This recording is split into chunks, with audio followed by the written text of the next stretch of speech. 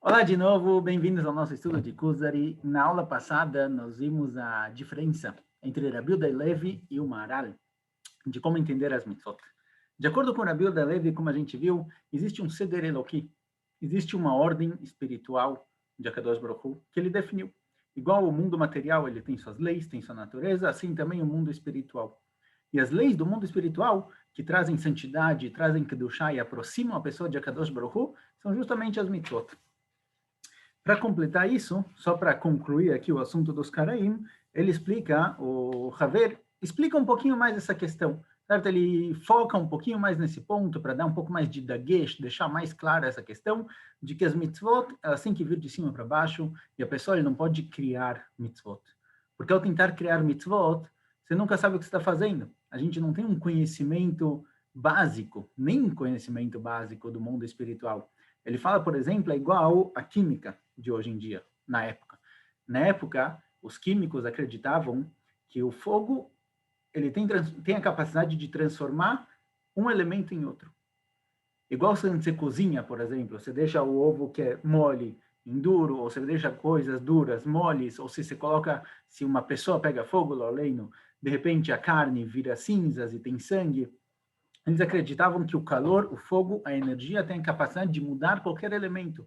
Através do fogo, você conseguir usar exatamente, souber quanto colocar de energia ali, você pode transformar prata em ouro, papel em madeira, o que for. Você pode transformar qualquer coisa em outra através de fogo.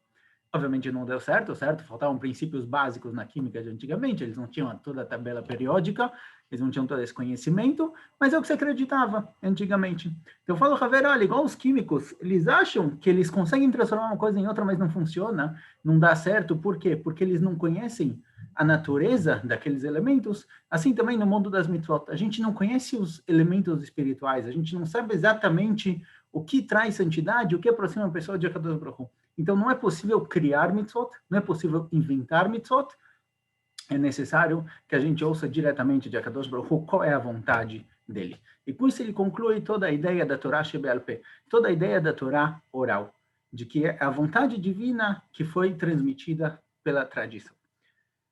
Com isso ele conclui essa questão. Agora, o Kuzari levanta uma pergunta aqui importante.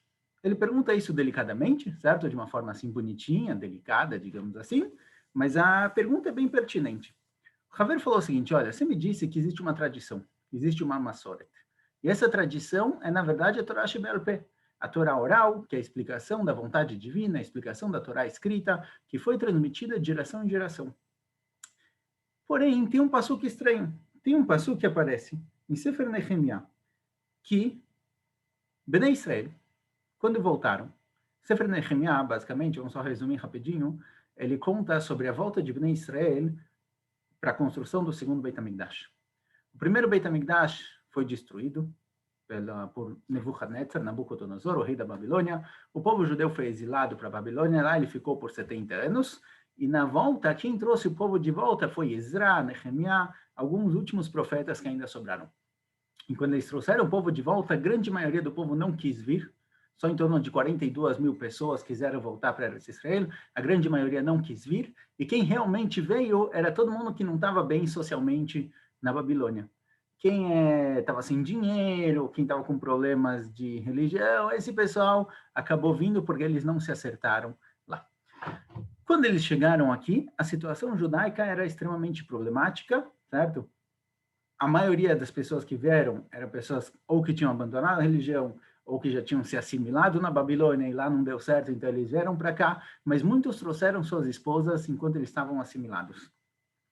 E aparece nos psukim lá, assim a gente encontra em alguns lugares, está escrito o seguinte, pasuk, Ventseu katuv, o venimtza katuv. Conta pra gente o Tanakh, que quando o povo judeu estava em Eretz Israel, estava voltando, de repente eles encontraram na mitzvah, na Torá, a mitzvah de Sukkah. E quando eles encontraram a mitzvah de Sukkah, eles foram lá e fizeram. Ou, por exemplo, aparece que eles encontraram a proibição de assimilação. E quando eles encontraram a proibição de se casar com Amon e Moav, com descendentes de Amon e Moav, outros povos, eles decidiram não casar, decidiram separar, largar a assimilação.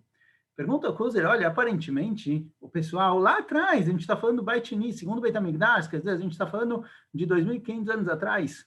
não sabiam muito as alahot, não sabiam nem o que é a mitzvah de sukkah, não sabiam a proibição de assimilação, muito longe, o que é isso? Você está me falando que tem uma tradição, que a Torá Shebel Peh é passada de geração em geração, oralmente, e isso daqui vem desde Moshe Rabbeinu, fala, olha, a gente tem um elo fraco, a gente tem um elo, a gente tem uma época da Torá, que aparentemente ninguém sabia nem a mitzvah de Sukkah. Quem não conhece a mitzvah de Sukkah, e eles não conheciam? O que você tem a dizer sobre isso?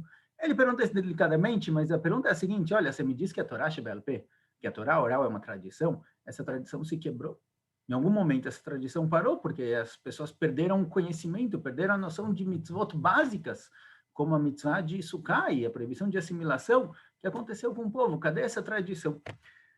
Então, o Haver explica para o Kuder o seguinte, é algo interessante, ele fala o seguinte, olha, o que é o livro do Tanakh?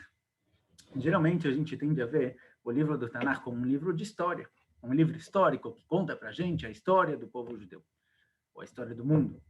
Porém, não é exatamente isso. Porque, primeiro, dizer que a Torá é o livro da história do mundo, com certeza não é cabível. Porque as primeiras duas parashot da Torá, Parashá de Bereshit e Noach, contam 2000 anos de história. A terceira parashá, até o fim, é menos do que isso. De Avraham Avinu até a saída do Egito, você tem aí uns 400, 500 anos, você não tem muito tempo. Então, as primeiras parashot são 2000 anos, e depois você tem mais uns, foi uns 700, 800, não fiz a conta agora, mas não uma quantidade, não são muitos e muitos anos.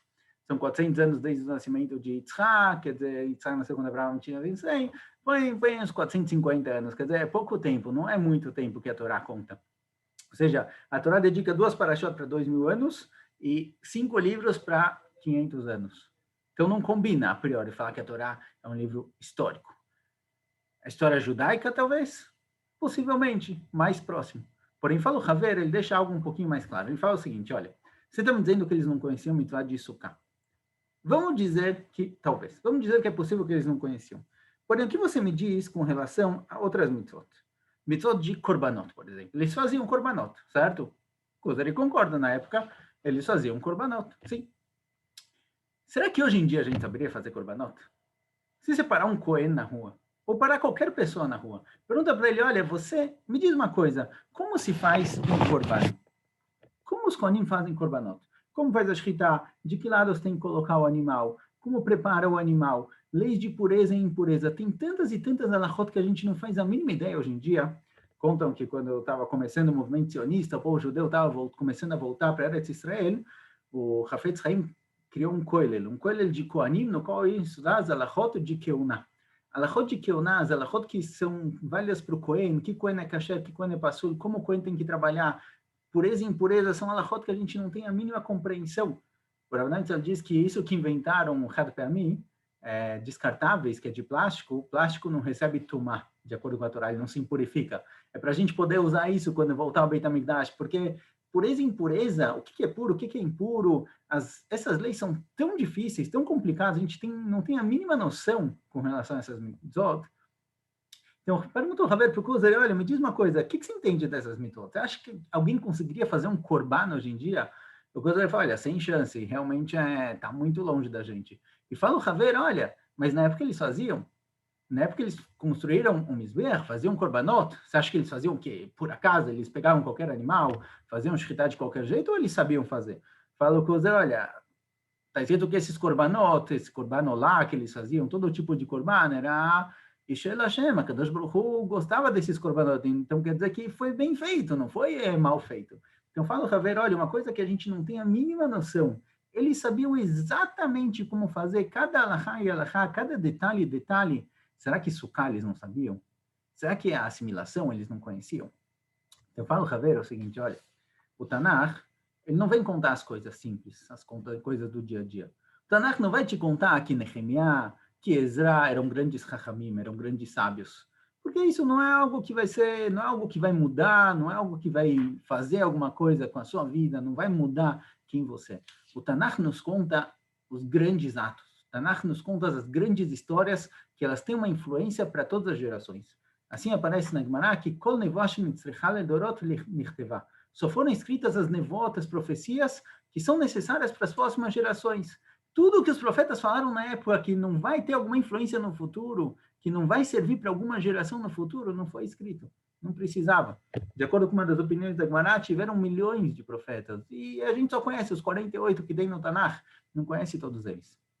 Porque realmente as profecias, o Tanakh, só conta aquilo que pode criar alguma coisa, que pode melhorar o ser humano. Então, fala o Haver para o Kuzari, o Tanakh só nos conta atos incríveis, atos que todo mundo ouviu dizer, que todo mundo conheceu e todo mundo aprendeu alguma coisa disso. Então, fala o Haver o seguinte, olha, quando está escrito na Torá, que eles encontraram na Torá a mitzvah de Sukkah e eles foram lá cumprir porque eles aparentemente não conheciam, eles encontraram a proibição de assimilação e eles fizeram isso porque eles aparentemente não sabiam que era proibido. Fala o Haver, não é exatamente isso. Eles conheciam a mitzvah de Sukkah. Eles sabiam da proibição de assimilação. Porém, nem sempre nem sempre o saber e o fazer andam juntos. Tem coisa que a gente sabe que não pode, mas assim a gente acaba fazendo. Não tem a consciência, não tem a noção da proibição daquilo, a gente acaba fazendo, porque você se acostuma, vira parte do dia a dia. Então, tem várias e várias proibições por aí, que se parar a pensar, se colocar a pessoa na parede e perguntar pode ou não pode, ele vai te falar não pode. Mas mesmo assim, no dia a dia, ele acaba fazendo, porque ele está acostumado com isso, ele não tem uma noção, não tem uma consciência de que aquilo é proibido realmente. Ele sabe, no fundo, ele sabe, mas ele não vive dessa forma. Então, eu vi uma história uma vez de um bahur que ele estava passeando em Pesach, por aí, e ele sentou num banquinho em frente ao mar, um banquinho numa praça, e do lado dele tinha uma jovem bebendo cerveja. Ele falou, olha, Pesach, a cerveja é feita de trigo ou de cevada, tem vários tipos de cerveja, mas ela é basicamente hametz. E ele pensou o seguinte, olha, ela está bebendo cerveja, talvez ela não sabe, quer saber? Deixa eu comentar. E viu que ela estava bebendo e falou para ela, olha, não sei se você sabe, mas cerveja ela é hametz, ela é feita de cevada. Ele contou que na hora a menina cuspiu a cerveja e falou, sério, isso daqui é hametz? Ele falou, sim, é hametz. E quando ela ouviu isso, ela parou de beber. Às vezes ela não sabia, ela não tinha essa noção, não buscou saber se a cerveja é hametz ou não é hametz. Geralmente ela não come hametz, mas não vai correr atrás para buscar. Quando o povo judeu ouviu a mitzvah de Sukkah, quando o povo judeu ouviu a proibição de assimilação, isso deu muita força para eles. E eles foram com essa força, com essa vontade de cumprir e fizeram da melhor forma possível. Eles saíram correndo para juntar todos os galhos necessários para construir a Sukkah, e eles fizeram um sacrifício muito grande de se separar das mulheres que eram proibidas para eles. Quando eles ouviram a proibição da Torá de assimilação, eles já sabiam. Se alguém perguntasse para ele, pode ou não pode, ele sabia que não pode. Mas quando eles ouviram isso na Kriá, quando eles ouviram isso na leitura da Torá, eles ouviram isso no original, na Torá Shebichtav, isso daqui deu para eles muita força, deu para eles muita vontade, e eles fizeram isso mesmo sem um sacrifício muito grande, mesmo não sendo fácil. Então, o Passuco não está falando aqui que eles descobriram que isso daqui era uma mitzvah. O Passuco vem mostrar para a gente algo incrível que aconteceu, algo que foi fora do normal. Veio mostrar a força que o povo judeu tinha na hora que eles voltaram para construir o Beit Sheni. Coisas que eles estavam acostumados já, que era muito difícil para eles largarem, muito difícil deles abandonarem os costumes. Quando eles voltaram para o Beit Sheni, eles ouviram na Kriyat Torá a proibição e a mitzvah que tinha, isso daqui deu força para eles irem fazerem. Por isso o Tanakh nos contou. Não para dizer que eles não sabiam que tinha Sukkah e agora eles descobriram, porque isso aqui não teria diferença nenhuma para a gente.